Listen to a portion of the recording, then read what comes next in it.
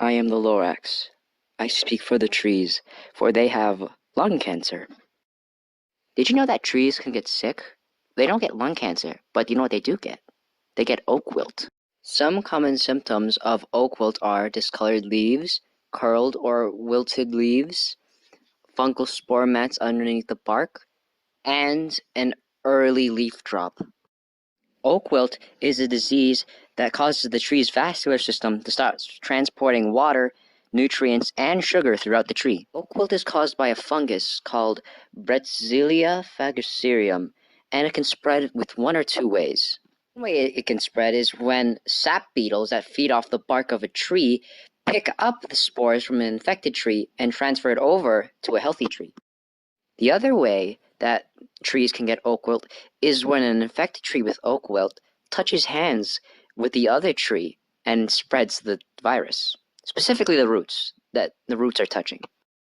About 85% of oak trees that get oak wilt die, and it's also racist and likes to kill the red oaks more.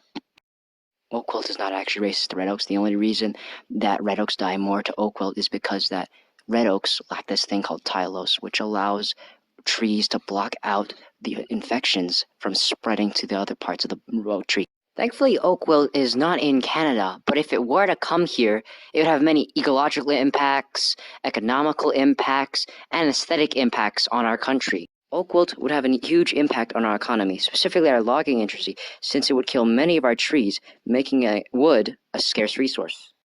And the ecological impacts of oak wilt are even worse. Trees do a lot for the environment. They clean the air, they provide food and shelter for some animals, they prevent soil erosion, and they stabilize some slopes. Oak wilt would take away a lot of these advantages since they would kill the tree itself. And let's not forget to mention the aesthetic value would be ruined because of oak wilt. I mean, it discolors leaves, it gets fungus on the trees, which looks disgusting, and it would make our Canadian forests look like this. Not that pretty, in my opinion. If you're worried about your trees getting oak wilt, don't worry. There are many ways to prevent oak wilt from even happening. The first way to prevent oak wilt from happening to your trees is to just not move your firewood, since firewood can carry the spores of oak wilt. The second way to prevent oak wilt from happening is to just not damage your trees, since oak wilt can enter the trees through exposed wounds. The third way to prevent oak wilt from happening is to identify it and stop it from spreading. But how do you stop it from spreading, you ask? Well, there are actually many ways to stop it. You can destroy the trees by debarking, chipping, or splitting and drying wood, wrapping cut trees in plastic, burning them, or burying tree.